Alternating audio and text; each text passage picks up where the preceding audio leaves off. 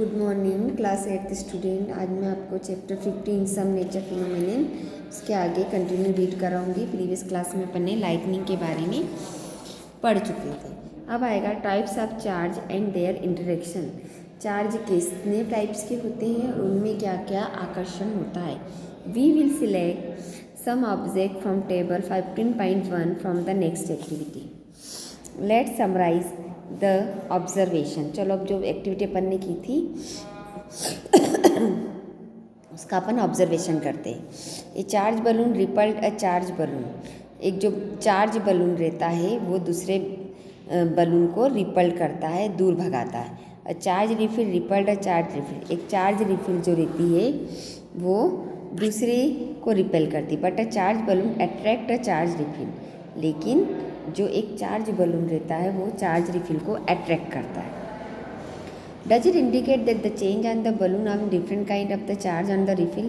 क्या इंडिकेट करता है कि बलून में एक डिफरेंट प्रकार का अलग प्रकार का चार्ज होता है रिफिल से। कैन वी से then that there are to kind of charge. तो हम कह सकते हैं कि इसमें दो टाइप्स के क्या रहते हैं, चार्ज रहते हैं। Can we also say that charge of the same kind ripple each other while charge are different kind attract each other. हम ये भी कह सकते हैं, क्या हम ये भी कह सकते हैं कि सेम एक प्रकार के जो चार्ज होते हैं वो रिपल करते हैं, एक दूसरे को दूर करते हैं, और डिफरेंट काइंड के जो होते हैं वो से अट्रैक्ट करते हैं। It is conventional to call the charge acquired by a glass rod when it is rubbed with silk as positive. जब ये भी हो सकता है कि हमें it is conventional to call the charge acquired by a glass rod when it is rubbed with silk as positive. जब silk से हम किसी ग्लास रॉड को रब करते हैं तो पॉजिटिव हो जाती है। The other kind of charge is sailed to be negative. और दूसरे प्रकार का जो चार्ज रहता है उसे नेगेटिव कहते हैं।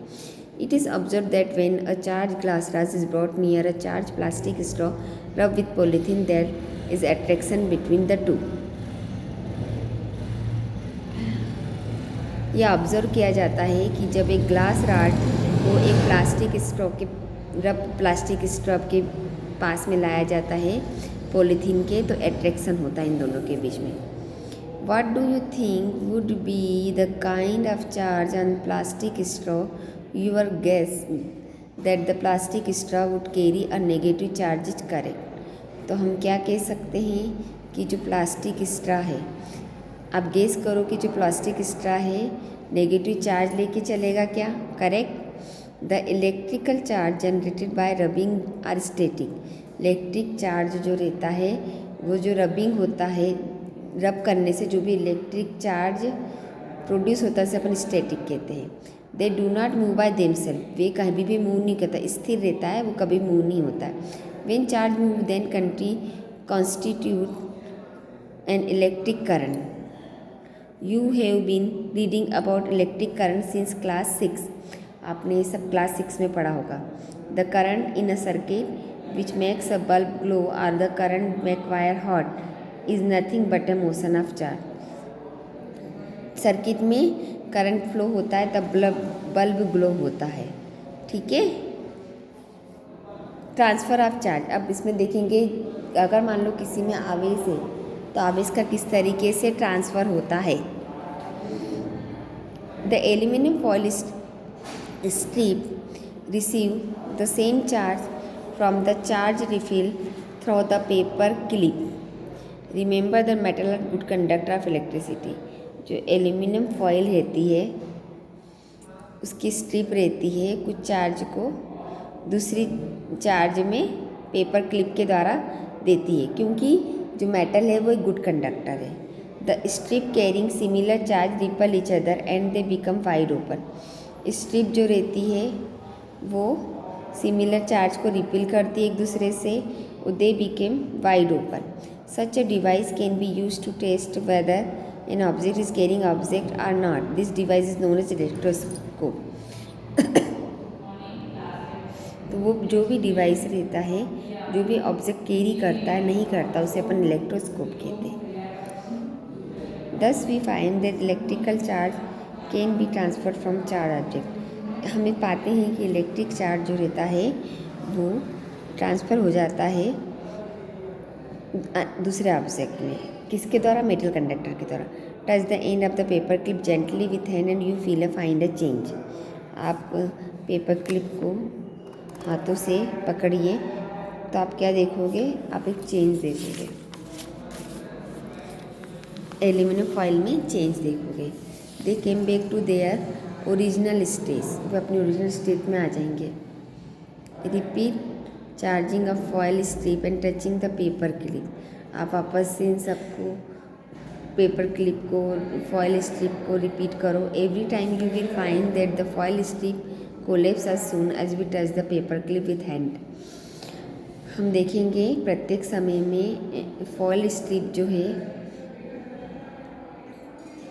वो कोलेप्स हो जाती है as soon as we touch paper clip। Why does it happen? The reason is that the foil strip lose charge through the earth through your body। इसलिए होता है क्योंकि जो फॉइल स्ट्रिप होती है वो अपना चार्ज लूज कर देती है। We say that the foil strip are discharge. तो हम कहते हैं कि जो फॉइल स्ट्रिप है वो डिस्चार्ज होगी। The process of transferring a charge from charge object is called earthing. वो प्रोसेस जिसमें हम ट्रांसफ़र करते हैं चार्ज को एक चार्ज ऑब्जेक्ट से अर्थ में, उसे हम कहते हैं अर्थिंग। क्या बोलते हैं उसे? Earthing. The story of lightning. Lightning की स्टोरी क्या रहती है? It is now possible to explain lightning in term of charge product bye rubbing. ये पॉसिबल होता है एक्सप्लेन करने में, जो लाइटनिंग है वो रबिंग के द्वारा होती है।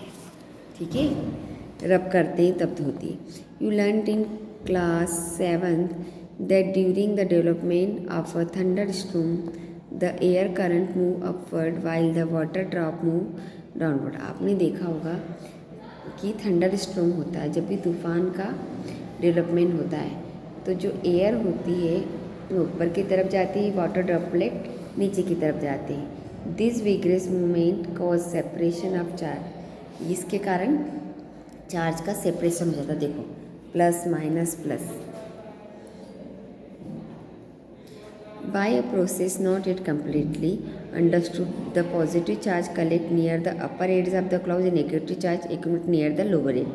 ये जो प्रोसेस कंप्लीट होती है तो जो पॉजिटिव चार्ज रहता है वो क्लाउड के ऊपर जाता है और नेगेटिव चार्ज नीचे की तरफ जाता है। This is accumulation of positive charge near the ground also.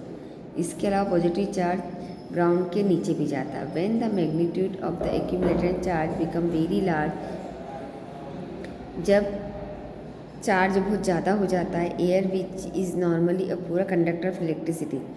Air जो रहती है वो पूरा कंडक्टर होती है इलेक्ट्रिसिटी के, is no longer able to resist there flow.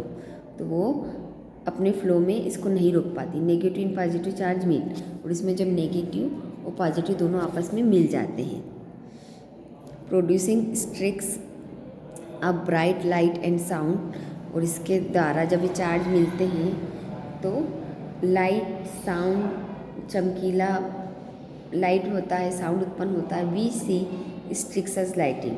तो हम इसे लाइटनिंग को इस प्रोसेस के द्वारा देख सकते हैं। The process is called an electric discharge. और ये सारी प्रोसेस क्या कहलाती है? इलेक्ट्रिक डिस्चार्ज कहलाती है। The process of electric discharge can occur between 2 और मोर क्लाउड। ये जो प्रोसेस होती है हम इसे 2 या 2 से ज़्यादा क्लाउड में देख सकते हैं। Are between cloud and the earth. Today we need not get frightened by lightning like an incident. अब हम क्या देखते हैं कि पुराने समय में तो हम डर जाते थे लाइटनिंग से, लेकिन आज के समय में हम इन सब चीज़ों से नहीं डरते जैसे कि पहले के लोग डरते थे।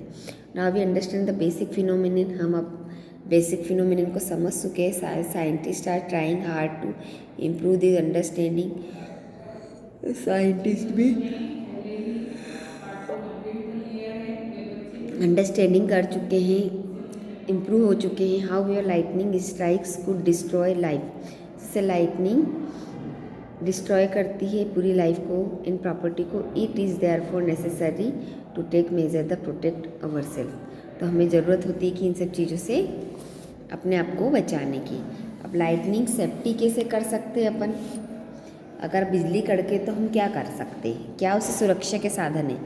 During lightning and thunderstorm know open place in safe. अगर तूफान आता है, बिजली कड़कती है, तो ओपन प्लेस ज़्यादा सेफ नहीं रहता है। Hearing thunder is an alert to rush to a safer place. जब भी आपको इन सब चीज़ों की आवाज़ आए तो आप एक सेफर प्लेस पे जाओ, सुरक्षित जगह पे जाओ। After hearing the last thunder wait for some time before coming out of some place. जब आप तूफान की आहट सुनो तो कुछ समय बाद ही, कुछ समय पहले ही अपने सम प्लेस पे आ जाओ, अपने सेफ प्लेस पे आ जाओ। कि आपको लगे कि तूफान आने वाला है, हवाएं चल रही है, तो आप क्या करो, सेफ प्लेस पे आ जाओ। Dos and don't during the thunderstorm. जब भी तूफान आए तो ये सब चीज़ें आपको नहीं करना है। Outside open vehicle like motor bike, tractor, construction machinery, open cars and not safe. खुले हुए व्हीकल में मत जाओ, जैसे मोटर बाइक हो गया, tractor, construction machine, open car, ये सब कोई सेफ नहीं है। Open field, tall trees, shelter, park, elevated place do not protect us from lightning stroke. खुला मैदान हो गया, बड़े झाड़ हो गए, पार्क में शरण लेना, ये सब ऐसे प्लेस है जहाँ पे हम लाइटनिंग से प्रोटेक्ट नहीं होते। Carrying an umbrella is not at all a good idea. छाते से भी आप इन सब चीज़ों से नहीं बच सकते।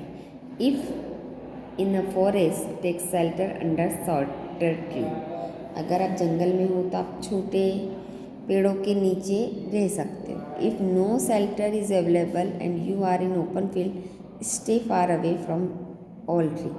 अगर आपको कोई भी रहने का साधन नहीं दिख रहा है तो आप खुले मैदान में नहीं रहते हो, खुले मैदान में हो तो आप जो बड़े बड़े झाड़ हैं उनसे सबसे दूर हट जाओ। Stay away from pole are another metal object. और इसमें पोल हो गया, बिजली का खंभा हो गया, दूसरे मेटल ऑब्जेक्ट है, उनसे भी आप दूर रहो। Do not lie on the ground instead. Ground में मत बैठो, स्क्विट लो ऑन ग्राउंड, इस तरीके से आप बैठ जाइए। वो place your hand on your knees with your head between the hand. और अपने घुटनों पे सिर को रख के इस तरीके से बैठ जाइए, ठीक है। फिगर जो आपको दिखाएगा, this position will make you the smallest target to be struck. इससे आपके जो पोजीशन रहेगी, इससे आपको खतरा कम रहेगा।